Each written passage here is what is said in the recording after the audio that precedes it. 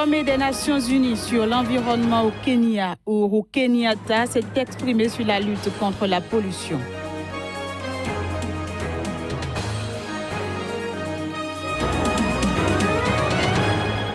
« 150 migrants nigérians sont revenus de la Libye. Leur retour s'inscrit dans le cadre d'un plan de rapatriement d'urgence mené par Abuja.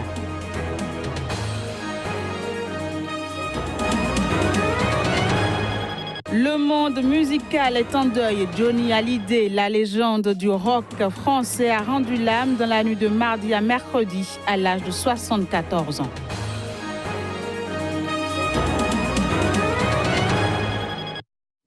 Voilà pour le sommaire, chers amis téléspectateurs, bienvenue. Comment combattre la pollution? Voilà la préoccupation majeure qui a motivé la réunion de 3 jours à Nairobi de plusieurs centaines de chefs d'État, ministres, hommes d'affaires et membres de la société civile. Mardi, Uhuru Kenyatta, le président kényan, s'est exprimé lors de ce sommet. Voici les détails. Les questions qui rassemblent autant de monde dans le cadre de ce sommet de l'Assemblée des Nations Unies sur l'environnement à Nairobi, au Kenya, sont cruciales et interpellent tout citoyen du monde, l'environnement n'ayant pas de frontières. Au deuxième jour de cette rencontre, le président kényan Uhuru Kenyatta a pris la parole. En poursuivant l'accord sur la pollution atmosphérique, nous espérons réitérer le succès que nous avons obtenu dans l'interdiction des sacs en plastique et nous attendons avec intérêt le soutien de la communauté internationale dans cet effort. Le Kenya a décidé de se porter candidat pour accueillir la deuxième conférence sur les océans en 2020. Nous attendons avec impatience votre soutien et votre participation à la conférence. La véritable valeur de l'économie bleue n'est toujours pas réalisée, en particulier par de nombreux pays en développement. C'est pourquoi, dans la perspective de la conférence sur les océans 2020, à laquelle je viens de faire allusion, le Kenya étudie la possibilité d'accueillir une conférence mondiale sur l'économie bleue au cours du premier trimestre de 2018. L'Assemblée des Nations Unies pour l'environnement doit finaliser une déclaration politique contre la pollution généralisée qui pèse toujours plus sur la vie humaine, les économies, les écosystèmes. Intitulé « Vers une planète sans pollution », ce texte verrait les États membres de l'ONU s'engager à limiter la pollution de la Terre avec des produits chimiques, des déchets non biodégradables ou encore des fumées toxiques. Et pendant ce temps, en Afrique du Sud, le vice-président Cyril Ramaphosa se positionne en tête de la course au soutien pour la succession du président Jacob Zuma à la tête du Congrès national africain, ANC. Il devance ainsi l'ex-patronne de l'Union africaine, Dlamini Zuma. Imaginons. Un décompte officieux réalisé mardi suite au vote du parti de l'ANC dans les provinces de Limpopo et du KwaZulu-Natal propulse Ramaphosa dans une bonne posture pour succéder à Jacob Zuma à la tête du parti. Il a décroché un total de 1859 nominations dans les 9 provinces du pays contre 1330 pour sa rivale Dlamini Zuma. L'ANC se réunira du 16 au 20 décembre à Johannesburg pour élire son nouveau chef qui, en cas de victoire aux élections générales de 2019, succédera à Zuma à la présidence de l'Afrique du Sud. Depuis plusieurs mois, le duel opposant Ramaphosa à l'ex-président de la Commission de l'Union africaine divise profondément le parti sur fond d'accusations de corruption à répétition visant l'actuel chef de l'État. Cyril Ramaphosa, ancien syndicaliste reconverti dans les affaires, est le candidat favori des marchés qui comptent sur lui pour relancer une économie qui peine à sortir de la crise. Face à lui, Dlamini Zuma, ancienne ministre présentée comme la candidate du président sortant. L'ANC, parti feu de Nelson Mandela, dirige l'Afrique du Sud depuis la fin officielle de l'apartheid en 1994. Instituée pour célébrer la contribution des volontaires au développement durable, la Journée internationale du volontariat a été commémorée le 5 décembre. Le Bénin a aussi sacrifié à la tradition.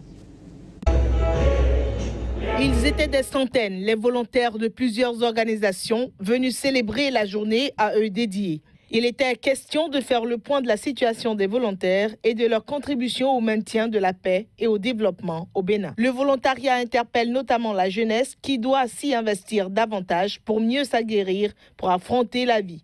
Le professeur Brice Saint-Saint s'adresse à la jeunesse estudiantine. Est-ce que nous ne pouvons pas utiliser un autre langage? Est-ce qu'on ne peut pas se remettre en cause et redevenir comme le citoyen lambda dans la société? Redevenir comme le monsieur tout le monde qui peut tendre la main à un autre concitoyen. La réponse à cela, c'est de redevenir une université citoyenne de sa nation. Et nous avons mis la main sur le cœur en jurant. Nous devrions trouver tous les moyens.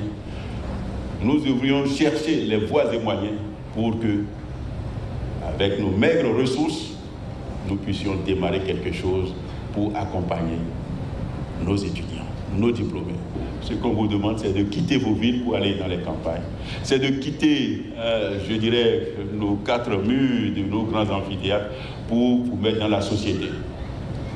Que ce soit à Cotonou, que ce soit à Malanville, dans les campagnes ou dans les entreprises, les banques et ainsi de suite, et démontrer qu'on peut servir autrement. Grâce au volontariat, chacun peut influer sur le programme de développement durable en mobilisant et en engageant les gouvernements et les communautés. Au Nigeria, dans le cadre d'un plan de rapatriement d'urgence mené par Abuja, des ressortissants nigérians sont arrivés ce mardi soir à Lagos où un autre avion était attendu dans la nuit. Ils se trouvaient dans des camps de détention en Libye. Lors du sommet Europe-Afrique qui se tenait à Abidjan la semaine dernière, le président nigérian Muhammadu Buhari s'est engagé à rapatrier et réhabiliter tous les Nigérians bloqués en Libye. Et c'est dans cette optique que 144 ressortissants nigérians qui se trouvaient dans des camps de détention en Libye sont arrivés ce mardi soir à Lagos. C'est bon d'être à la maison parce que j'ai été dans un enfer en Libye. Je suis chez moi, je suis content. J'ai besoin de commencer une nouvelle vie dans mon pays. Voyager en Libye n'est pas une bonne chose. Je conseille aux autres qui ont l'intention d'y aller de rester dans le pays et de faire face à tout ce qu'ils font. La Libye est un enfer sur terre. Nous avons été maltraités. Nous avons été utilisés comme boucs émissaires. Ils nous ont utilisés pour faire toutes sortes de choses. Ils nous ont battus inutilement, même quand nous étions au camp de déportation. Ils se conduisaient très mal. Nous sommes heureux d'être à la maison. Le Nigeria s'est engagé à rapatrier 250 migrants chaque semaine vers Lagos, où ils seront ensuite acheminés dans leur ville d'origine ou recevront un peu d'argent pour s'y rendre. La communauté internationale, le Nigeria et les autres pays concernés ont fait comme un appel de libération. Ils ont décidé qu'il est maintenant temps de ramener tous nos enfants qui sont à l'extérieur. Géant de 190 millions d'habitants, le Nigeria est le premier pays d'émigration illégale en Afrique de l'Ouest.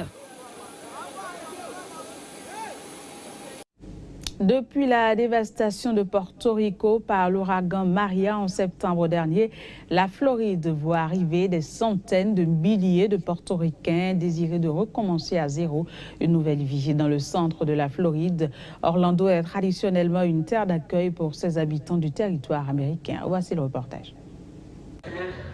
Comme des milliers de portoricains depuis le passage de l'ouragan Maria, Cristina Sanchez s'apprête à quitter l'île. Un aller simple pour une nouvelle vie.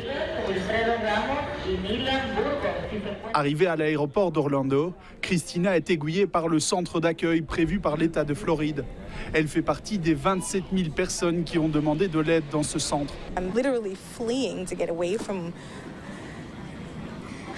Je m'enfuis pour échapper à tout ce qui se passe là-bas et c'est très dur sur le plan émotionnel. Pour moi, c'était la goutte d'eau et j'ai décidé de venir aux États-Unis. J'ai envoyé mon fils à New York et je suis ici pour essayer de nous installer pendant qu'il termine sa 4e.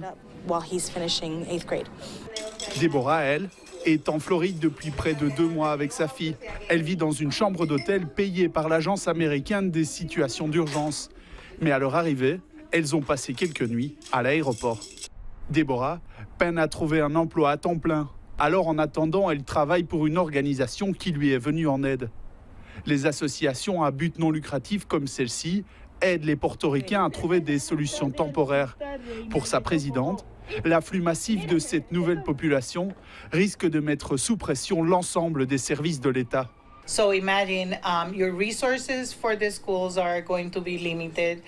Imaginez, les ressources pour les écoles seront limitées, les hôpitaux aussi, parce que nous avons beaucoup de familles qui n'ont pas d'assurance santé et donc elles doivent se rendre aux urgences sans couverture médicale.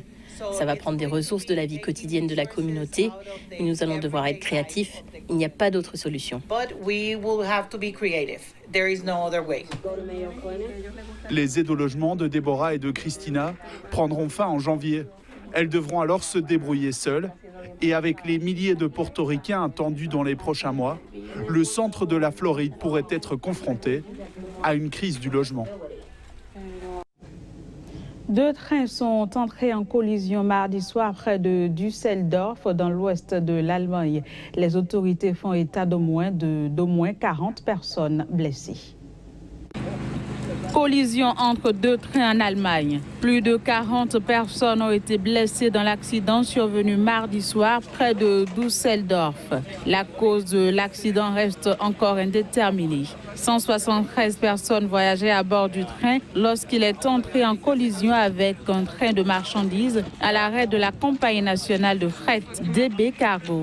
L'accident aurait pu être plus grave si le conducteur du train de passagers n'était pas parvenu à stopper son convoi avant qu'il ne s'encastre complètement dans le train de marchandises. Le conducteur n'a pas été blessé selon la police. Parmi les blessés, 7 souffrent de blessures importantes et 1 se trouve dans un état grave. Un précédent bilan faisait état d'une 50aine de blessés. Le train de passagers assurait une liaison régionale entre Cologne et Krefeld, tandis que le convoi de marchandises devait relier Rotterdam aux Pays-Bas. Le plus grave accident de train de l'histoire récente en Allemagne remonte à 1998. Il avait tué plus de 100 personnes.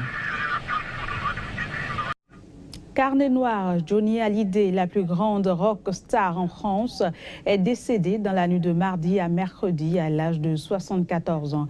Il a été vaincu par un cancer du poumon. Johnny Hallyday, la légende du rock, n'est plus. L'artiste français s'est éteint des suites d'un cancer dans la nuit de mardi à mercredi. La France est en deuil. L'idole des jeunes aux dizaines de tubes et plus de 100 millions de disques vendus, surnommé l'Elvis français par la presse internationale, est mort à 74 ans dans sa maison de Marnès-la-Coquette, près de Paris. Son décès a suscité de nombreux hommages et réactions de tristesse chez ses fans, ses amis et même jusqu'au sommet de l'État. Ça y est, Johnny, ça va faire un truc. Oh, je suis triste. C'était l'idole de ma mère. Donc j'en ai eu beaucoup de souvenirs de chansons quand j'étais petite, mais oui, voilà, c'était Johnny. C'est triste. Très triste, très triste, vraiment très peiné, vraiment. J'ai pleuré à 7h ce matin quand je l'ai appris, j'ai pleuré parce que c'était un pan de notre histoire nationale qui s'en va là. C'est le dernier monstre sacré de la chanson française. C'est un grand bonhomme, vraiment un grand bonhomme qui disparaît. Vraiment, ça m'a vraiment profondément touché. Forcément, il évoque un monument de la musique française, donc on ne peut pas être insensible et on pense forcément à sa famille et ses proches dans cette période. Au fil d'une vie menée à fond de train, avec ses accidents, ses amours tempétueuses et médiatisées, ses maisons en Suisse et aux États-Unis sur fond d'accusations d'exil fiscal, Johnny était devenu plus qu'un artiste. Il était devenu une légende dans le monde francophone. À Los Angeles, la ville des célébrités hollywoodiennes, Johnny était une star discrète qui continuait cependant de dévorer la vie. Voilà, ce sera tout pour ce journal. Merci de l'avoir suivi. Très bonne suite de programme sur SICA. À très bientôt.